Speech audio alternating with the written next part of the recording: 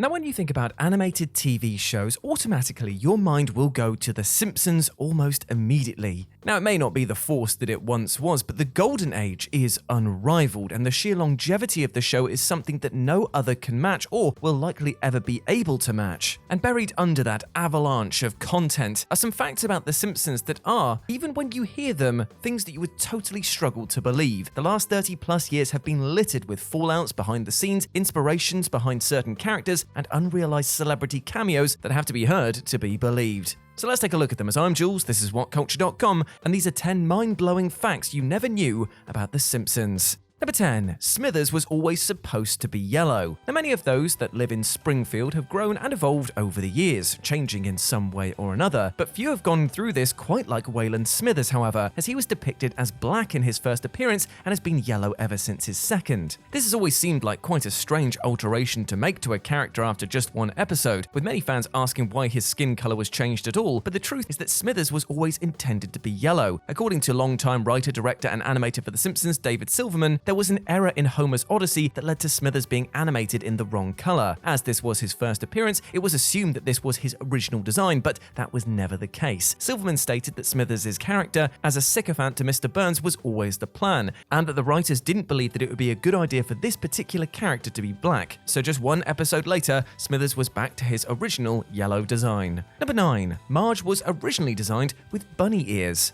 The Simpsons is famously Matt Groening's first hit TV show, to be followed by Futurama and Disenchantment. However, before the family came to Springfield on the Tracy Ullman Show, Groening found success with his Life in Hell comic strip. Based around the lives of anthropomorphic bunnies, not dissimilar to those seen in Fuzzy Bunny's Guide to You-Know-What, this work clearly had an influence on the early designs of The Simpsons. The one idea was ultimately scrapped. The reason that Marge originally wore her hair so tall was to hide the fact that she had bunny ears just like the characters out of Life in Hell. In fact, the original idea to end this series was to reveal Marge as one of the rabbits in something of a crossover between the two platforms. Though this was ultimately never revealed or pursued any further throughout the show, there were several occasions where those playing the Simpsons arcade game way back way could have actually seen a sneak peek under Marge's hair and seen the giant bunny ears it was hiding. No one quite knows how the Simpsons will eventually end, but hopefully it won't be like this. Number 8. Maggie's middle name is Lenny. Over the last 30 plus years, it's safe to say that fans of The Simpsons have gotten to know the titular family pretty well. Even those who stopped watching it at the end of the golden age still had a solid decade of watching the show and falling in love with the characters. However, thanks to the decline in quality and undeniable Simpsons fatigue, there are significantly less people watching now than did throughout the 90s. This means that most people wouldn't have learned something new about Maggie after all of these years. And that something is her middle name.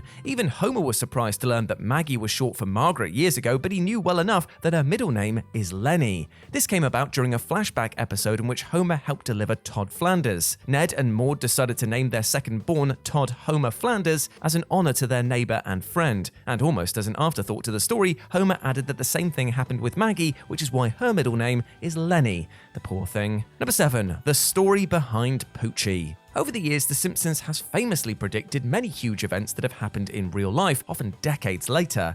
Life does sometimes imitate art, but of course this happens in reverse far more often, when episodes are inspired by real life. This was the case when Poochie was introduced to the Itchy and Scratchy show in Season 8. Ratings of the Krusty the Clown segment were dipping, and so the producers came to Springfield's resident celebrity with the idea of introducing a new, exciting character to help boost them. And this actually happened in real life. During Season 8's pre-production, Fox came to the showrunners of The Simpsons suggesting that they introduce a new character that would move in and live with the titular family at 742 Evergreen Terrace. The writers saw this as something of a desperation move from the studio and rejected the idea, though it did at least inspire the story of this episode. Technically, they still did give Fox what they wanted, as this episode saw Roy appear out of nowhere as a new member of the household. This was clearly a hilarious dig at the TV trope, and though he moved out by the end, the writers were able to use him and Poochie to make their point incredibly effectively. Number 6. Only 2 characters have 5-fingered hands. There's a very particular, very recognizable animation style when it comes to The Simpsons. The yellow skin, giant eyes, and an overbite on just about every character mark them all as being an unmistakable Springfieldianite. There's also the fact that they have 4 fingers rather than 5. This is a standard animation design and has even been joked about in the show, from Carl being confused as to why they're called high fives to Homer thinking about pink-skinned 5-fingered humans as freaks. However, there are 2 characters throughout the entire run for which the show took the time and effort to animate with 5 fingers on each hand. God himself has been depicted many times on the show, the first of which came in Homer the Heretic, where he stroked Snowball II to reveal his extra digit. Then the Son of God, Jesus Christ, appeared to also have every possible digit when he appeared several years later. This was to set them apart from every other mortal character on the show, as befit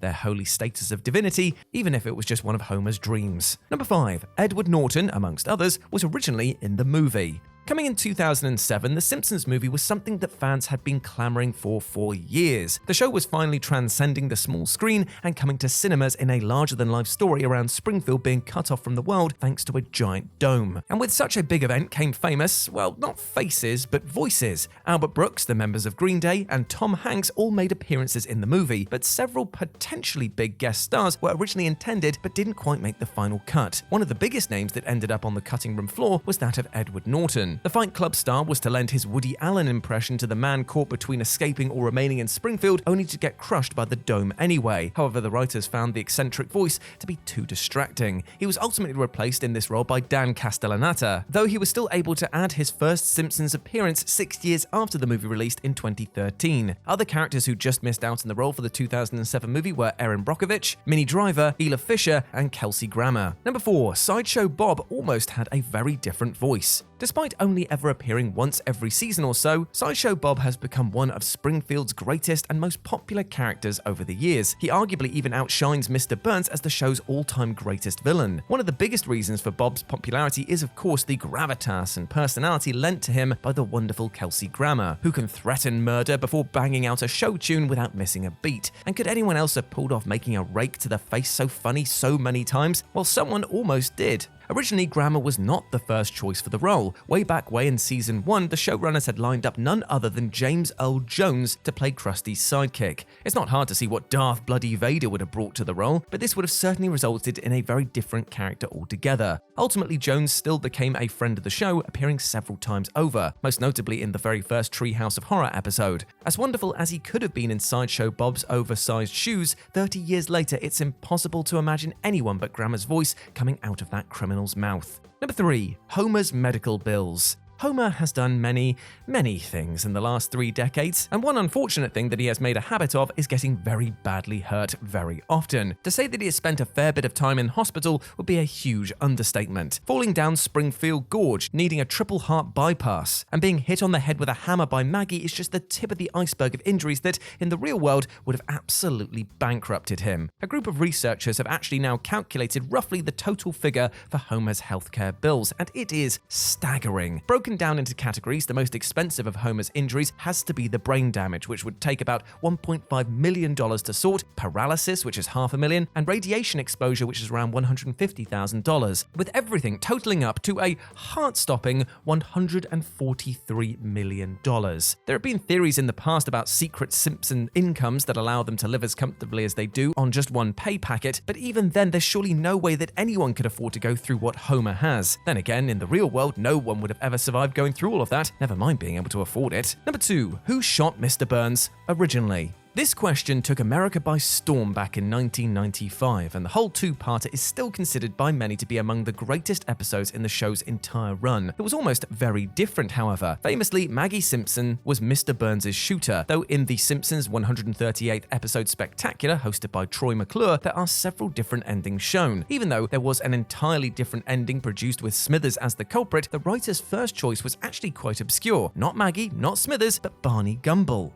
Springfield's resident wino lost his reason for getting out of bed in the morning when Moe's shut because of Mr. Burns, and the writers saw him as a character they could sacrifice. Maybe he would have even gone to jail for a short period of time for attempted murder. Then there was the idea that it could have been either Patty or Selma. Burns could have been having a secret affair with either of them, or potentially both, and they found out about each other. The fun of the mystery was that everybody pretty much had a motive, and looking back at some of the ideas that never made the final cut, it's almost disappointing that they went with the baby. And number 1, the one episode that Matt Groening completely disowned. Streaming platforms like Netflix, Amazon Prime, and Disney Plus have made it all too easy to skip through the opening credits of a show. However, there is often key information hidden within these first 3 minutes, like the fact that Matt Groening's name has been removed entirely from A Star Is Burns. The season 6 outing is not a bad episode by any stretch. In fact, it's actually very strong. The town goes into a frenzy over a film festival that ultimately brings in John Lovitz's Jay Sherman to judge. He moves in with The Simpsons for a short time while he's in town and is absurdly punished by Patty and Selma for bad-mouthing MacGyver. Sherman was never, of course, an original Simpsons character. Instead, he was the main character in The Critic, a series created and produced by The Simpsons' own Al Jean, and James L. Brooks, thus essentially making the episode something of a crossover. This upset Groening. He had no affiliation with The Critic, despite many assuming that he did, thanks to labels of "from the producers of The Simpsons." He didn't like that an episode of The Simpsons was being treated as an ad for a show that wasn't even his. He tried to stop the episode from airing altogether, but when this failed, he instead settled for completely disowning it and removing his name from the titles. And there we go, my friends. Those were 10 mind-blowing facts you never knew about The Simpsons. I hope that you enjoyed that, and please let me know what you thought about it down in the comments section below. As always, I've been Jules. You can go follow me over on Twitter at RetroJ with a 0, or you can swing by Live and Let's Dice, where I do all of my streaming outside of work, as well as my Warhammer battle reports. So if you're into that sort of thing, then come join me, because I'd love to see you over there. But before I go, I just want to say one thing. I hope that you're treating yourself well, my friend, with love and respect, because you are a massive ledge and you deserve all of the best things in life, all right? I want you to go out there and absolutely smash it today. I believe in you, so you need to believe in yourself as well. As always, I've been Jules. You have been awesome. Never forget that, and I'll speak to you soon.